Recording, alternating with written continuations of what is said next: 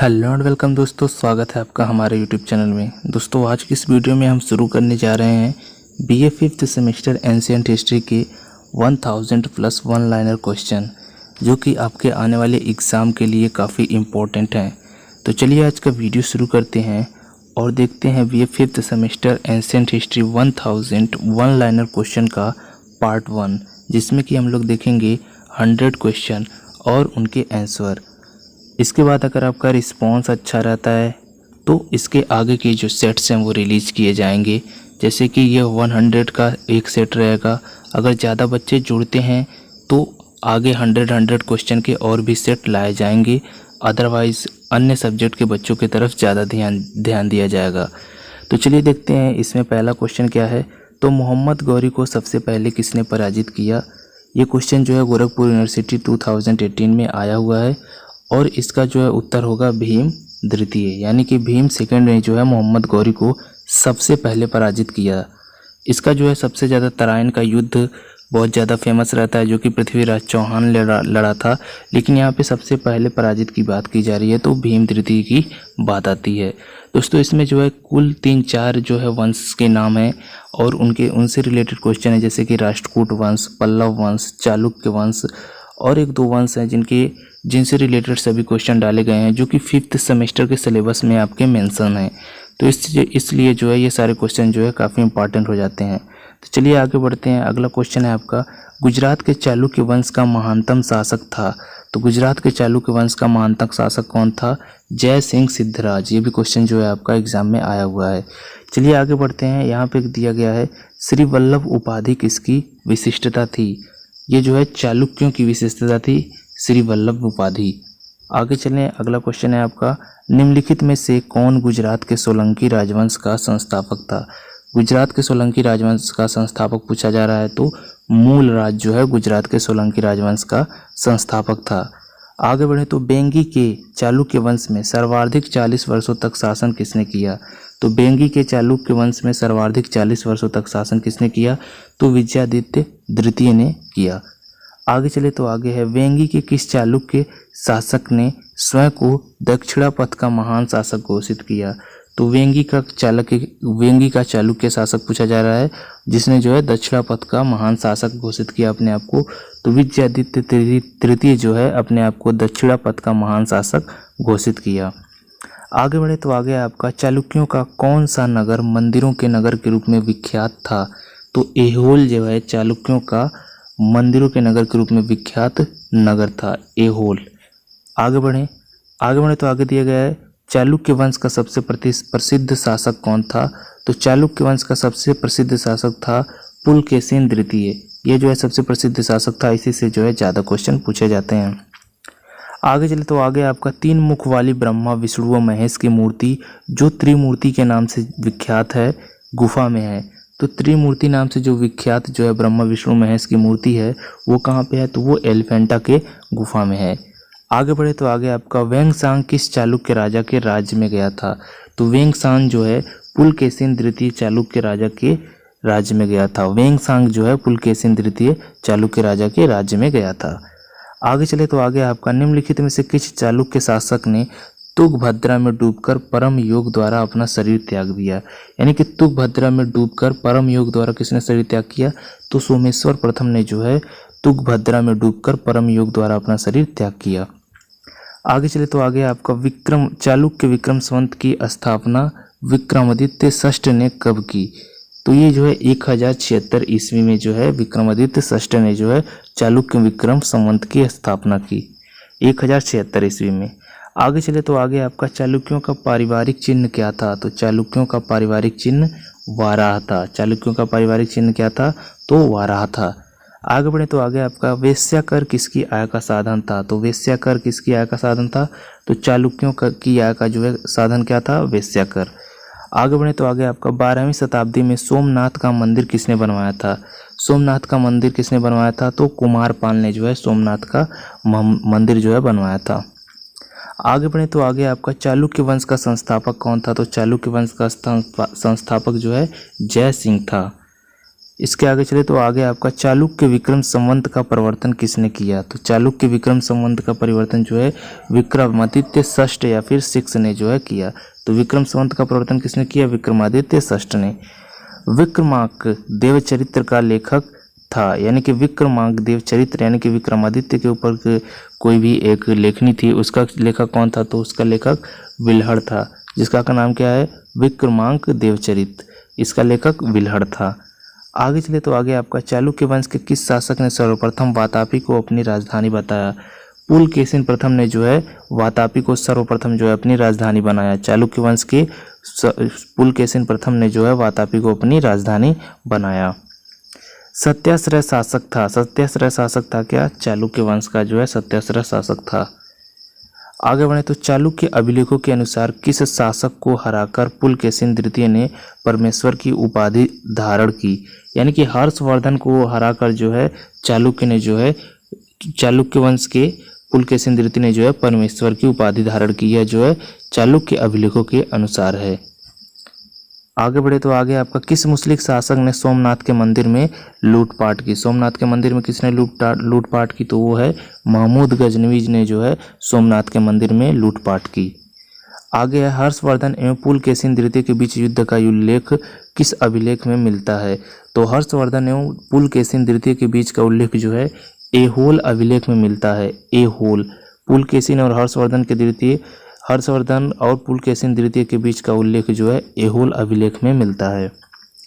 आगे बढ़े तो आगे आपका ऐहोल अभिलेख निम्नलिखित में से किस एक के शौर्य का विवरण देता है?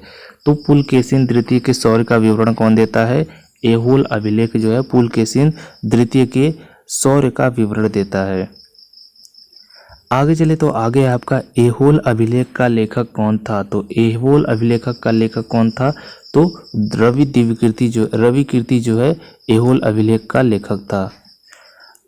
इसके आगे बढ़े तो आगे आपका ऐहोल अभिलेख की तिथि है। ऐहोल अभिलेख की तिथि है 634 AD।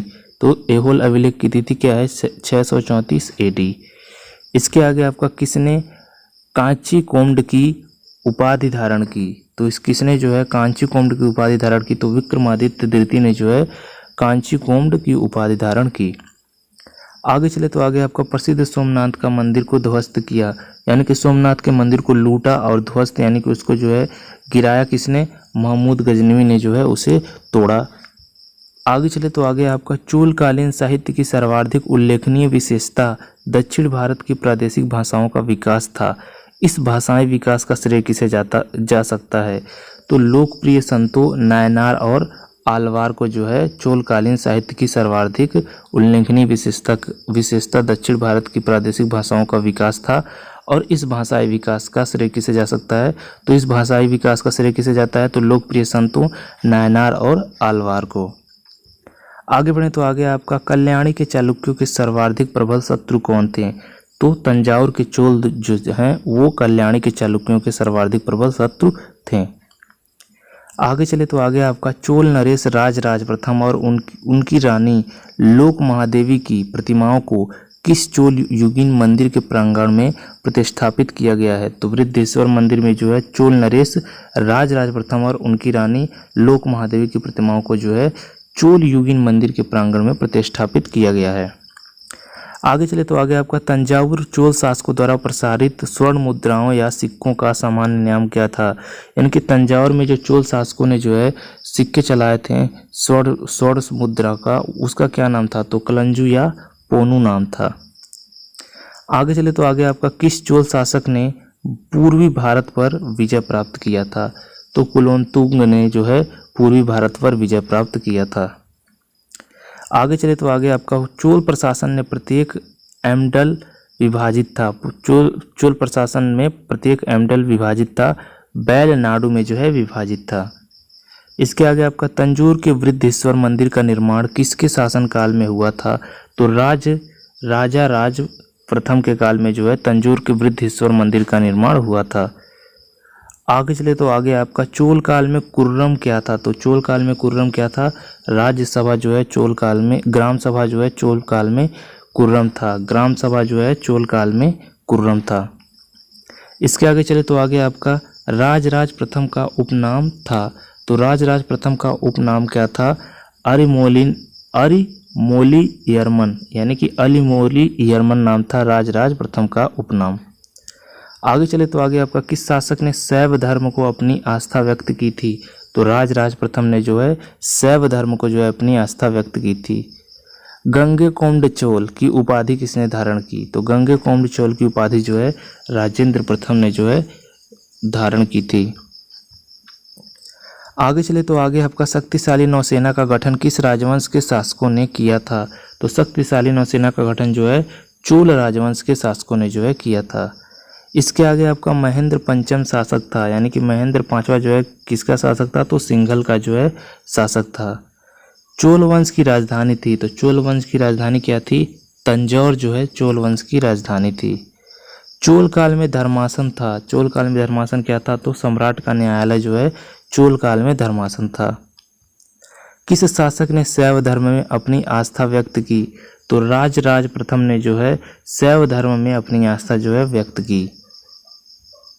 आगे चले तो आगे आपका पेरिये पुराणम का रचयिता कौन है? तो पेरिये पुराणम का रचयिता जो है सेकिल लल्लार है, सेकिल लल्लार जो है। इसके आगे आपका राजाधिराज राजा शासक संबंधित था, तो राजाधिराज राजा शासक जो है चोल वंश से जो है संबंधित था। इसके आगे आपका निम्नलिखित में से किस एक उपाधि को राजेंद्र प्रथम ने धारण नहीं किया? तो कौन सी वो उपाधि थी जिसको राजेंद्र प्रथम ने धारण नहीं किया? तो वो था त्याग समुद्र उपाधि। आगे चले तो आगे आपका निम्नलिखित में से चोल साम्राज्य के प्रशासनिक विभाजन का कौन सा अवरोही क्रम सही है? तो इसमें चोल साम्राज्य के प्रशासनिक विभाजन का अवरोही क्रम पूछा गया है, तो मंडलम, बलनाडु और कुर्रम जो है सही है। आगे चले तो आगे आपका चोल शासकों ने संरक्षण दिया था शैव धर्म को, यानी कि चोल शासकों ने किसको संरक्षण दिया था? तो शैव धर्म को संरक्षण दिया था। आगे आपका कन्नौज के यशोवर्मा ने शासन किया, यानी कि कन्नौज के यशोवर्मा ने कब तक शासन किया? तो 690 से 720 तक जो है शासन किया।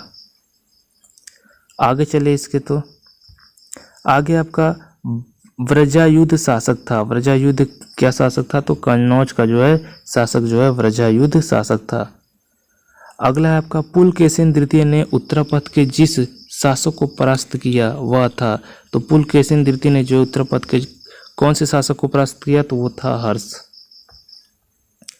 आगे चले तो आगे आपका पुलकेशिन द्वितीय किसका समकालीन था? तो ह्वेनसांग का जो है समकालीन कौन था? पुलकेशिन द्वितीय। आगे चले तो आगे आपका कल्याणी के पश्चिमी चालुक्य वंश का संस्थापक कौन था? तो कल्याणी के पश्चिमी चालुक्य वंश का संस्थापक तैलय द्वितीय था, तो तैलप द्वितीय जो है कल्याणी के पश्चिम चालुक्य वंश का संस्थापक था। कल्याणी के किस चालुक्य शासक ने अपनी राजधानी मान्याखेड़ से कल्याणी स्थानांतरित की थी? तो कल्याणी के किस चालुक्य शासक की बात हो रही है जिसने जो है मान्याखेड़ से जो है कल्याणी हस्तांतरित की थी? तो वो है सोमेश्वर प्रथम जो है उसने जो है हस्तांतरित की थी। इसके आगे चलते चालुक्यों को अग्रकुल का क्षत्रिय निम्नलिखित में से कौन सा ग्रंथ बनाता है? तो पृथ्वीराज रासो जो है चालुक्यों को अग्रकुल का क्षत्रिय बनाता है। आगे चले तो आगे आपका निम्नलिखित में से किस ग्रंथ में चालुक्यों की उत्पत्ति ब्रह्मा से चुलुक से बताई गई है? तो विक्रमांकदेव चरित्र में जो है ब्रह्मा की उत्पत्ति जो है चुलुक से बताई गई है, चालुक्यों की उत्पत्ति जो है ब्रह्मा के चुलुक से बताई गई है।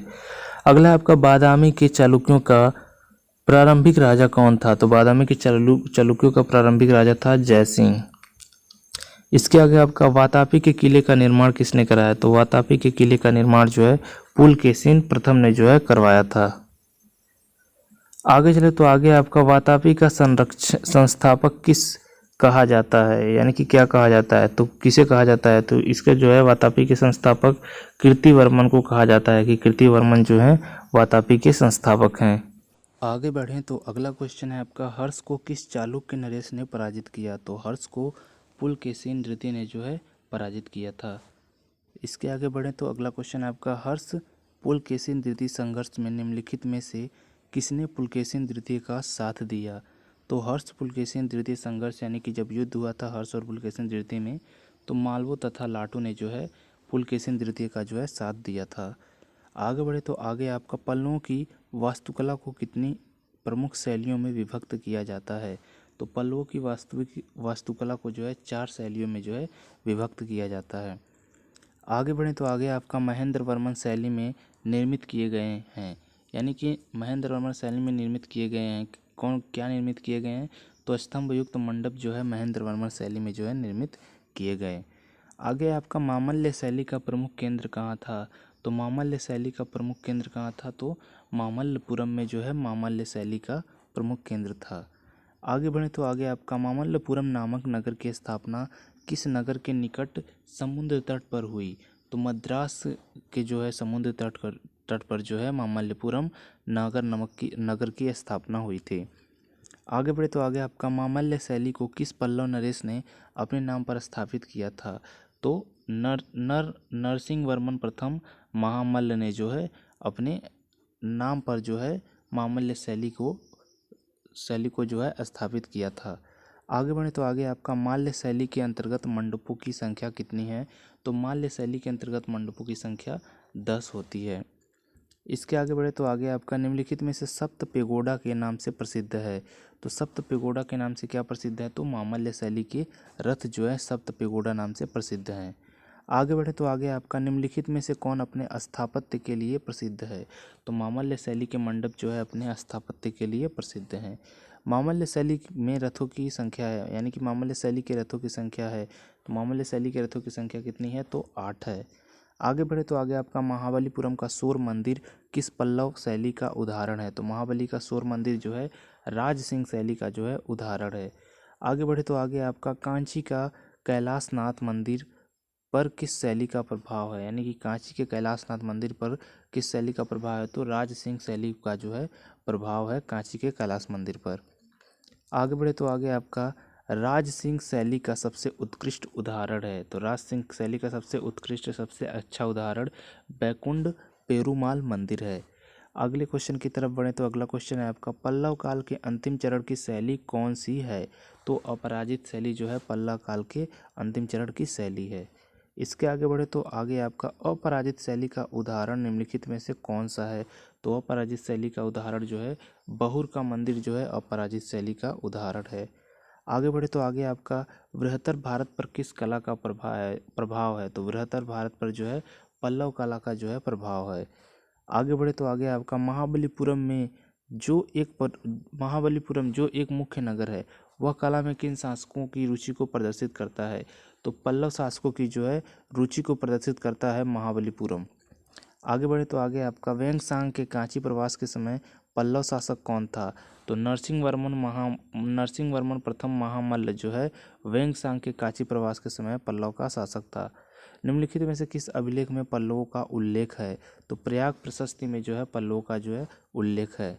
आगे बढ़े तो आगे आपका निम्नलिखित शासकों में से किसने वातापी कोंड की उपाधि धारण की?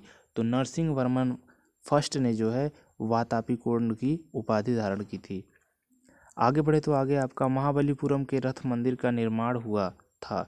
तो महाबलीपुरम के रथ मंदिर का निर्माण किन्होंने करवाया था? तो पल्लवों द्वारा जो है महाबलीपुरम के रथ मंदिर का निर्माण हुआ था। आगे जो है आपका पल्लवों के सुप्रसिद्ध सप्तरथ या पगोड़ा कहाँ स्थित हैं? तो महाबलीपुरम में जो है सप्तरथ या पगोड़ा स्थित हैं। आगे चले तो अगला है आपका पल्लव वंश का प्रथम शासक था। पल्लव वंश का प्रथम शासक कौन था? तो सिंह वर्मन जो है पल्लव वंश का प्रथम शासक था। इसके आगे बढ़े तो आगे आपका चोलों ने किसके साथ घनिष्ठ राजनीतिक तथा वैवाहिक संबंध स्थापित किए? तो चोलों ने जो है वेंगी के चालुक्यों के साथ जो है घनिष्ठ राजनीतिक तथा वैवाहिक संबंध स्थापित किए। आगे बढ़े तो आगे आपका वह कौन चोल राजा था जिसकी क्रुद्ध विद्रोही भीड़ ने हत्या कर डाली थी? तो यहाँ पे जो है अधिराजेंद्र को जो है क्रूर विद्रोही भीड़ ने जो है हत्या कर डाली थी। तो यह जो है चोल राजा था। आगे बढ़े तो आगे आपका वह चोल राजा कौन था जिसने कटुता दूर करने के लिए श्रीलंका को पूरी तरह स्वतंत्र कर दिया तथा सिंहली राजकुमार से अपनी पुत्री का विवाह किया? तो कुलोत्तुंग प्रथम जो है चोल राजा था जिसने जो है कटुता को दूर करने के लिए श्रीलंका को पूरी तरह जो है स्वतंत्र कर दिया। आगे बढ़े तो अगला है आपका किस चोल राजा ने मोम्बार्डी चोल की उपाधि धारण की थी? तो राजराज ने जो है मोम्बार्डी जो है चोल की उपाधि धारण की थी। आगे बढ़े तो आगे आपका चोल नरेश राजेंद्र प्रथम ने निम्नलिखित में से कौन सी उपाधि धारण नहीं की थी? तो त्याग समुद्र की उपाधि जो है चोल नरेश राजेंद्र ने प्रथम ने जो है नहीं धारण की थी। आगे बढ़े तो आगे आपका चोल साम्राज्य में एकल इकाई के रूप में शासित विशाल ग्रामों को क्या कहा जाता था? तो तनियपुर जो है चोल साम्राज्य में जो है एकल इकाई के रूप में शासित विशाल ग्रामों को कहा जाता था तनियपुर। आगे चले तो आगे आपका चोलों ने श्रीलंका के अतिरिक्त किस वैदेशिक देश के विरुद्ध सैनिक अभियान किए? तो मालदीव के विरुद्ध जो है सैनिक अभियान किए चोलों ने। आगे बढ़े तो आगे आपका चोल सैन्य व्यवस्था की अनुपम विशेषता उसकी 70 रेजिमेंटें थीं जिसका नामकरण किसके नामों पर किया गया था? तो चोल सैन्य व्यवस्था की अनुपम विशेषता क्या थी? 70 रेजिमेंटें, और उनका नामकरण पूछा जा रहा है किसके नामों पर किया गया था? तो राज विरुदों या उपाधियों के नाम पर जो है किया गया था। आगे बढ़े तो अगला आपका चोल सेना का सर्वोत्तम संगठित अंग था? तो पदाती सेना जो है चोल सेना का सर्वोत्तम संगठित अंग था। चोल साम्राज्य ने प्रदेशों या मंडपों की संख्या कितनी थी? तो चोल साम्राज्य में जो है प्रदेशों या मंडपों की संख्या 8 थी। आगे बढ़े तो आगे आपका निम्नलिखित में से कौन सी चोलकालीन स्थानीय स्वशासन संबंधित सभा नहीं थी? तो वरियम जो है चोलकालीन स्थानीय स्वशासन संबंधी सभा नहीं थी। आगे बढ़े तो आगे आपका निम्नलिखित में कौन सी स्थानीय सभा व्यापारिक हितों व्यापारियों की प्राथमिक सभा का प्रतिनिधित्व करती है? तो नगरम जो है स्थानीय सभा व्यापारिक हितों का प्रतिनिधित्व करती है, नगरम। आगे बढ़े तो आगे आपका निम्नलिखित में से किस महासभा की कार्यकारिणी समिति वरियम कहलाती है? तो सभा की जो है कार्यकारिणी समिति वरियम कहलाती है। आगे बढ़े तो आगे आपका भूमिकर भू राजस्व के रूप में सामान्यतः उत्पादन का कितना अंश राज्य द्वारा वसूल किया जाता था? तो 1/3 जो है 1/3 अंश जो है भू राजस्व के लिए जो है वसूल किया जाता था। आगे बढ़े तो आगे आपका चोल राज्य के आय का बड़ा स्रोत क्या था? तो चोल राज्य के आय का बड़ा स्रोत भूमि कर था। आगे जो कि इस वीडियो का लास्ट क्वेश्चन है वो है कर मुक्त भूमि की श्रेणियों में निम्नलिखित में से कौन सी श्रेणी शामिल नहीं थी? तो दान में प्रदत्त भूमि जो है कर मुक्त भूमि की श्रेणियों में शामिल नहीं थी। तो ये था आज के लिए 100 वन लाइनर क्वेश्चंस। इसके आगे आपको बहुत सारे वन लाइनर हैं, 1000 वन लाइनर तक हैं, जो कि आपको आने वाली वीडियोस में दिया जाएगा। अगर अच्छा रिस्पांस रहता है तो इसे जल्द ही इसको जो है बना के रिलीज़ किया जाएगा। अगर अच्छा रिस्पांस नहीं रहता है, अगर आप शेयर नहीं करते हैं, लाइक नहीं करते हैं, तो और अन्य टॉपिक पर जो है ध्यान दिया जाएगा। तो उम्मीद करता हूँ आपको अच्छी तरीके से ये 100 क्वेश्चन समझ में आ गए होंगे और इसके आगे के क्वेश्चन आपको जल्द ही मिलेंगे। तो मिलते हैं आपसे नेक्स्ट वीडियो में, तब तक के लिए आपका वीडियो देखने के लिए धन्यवाद।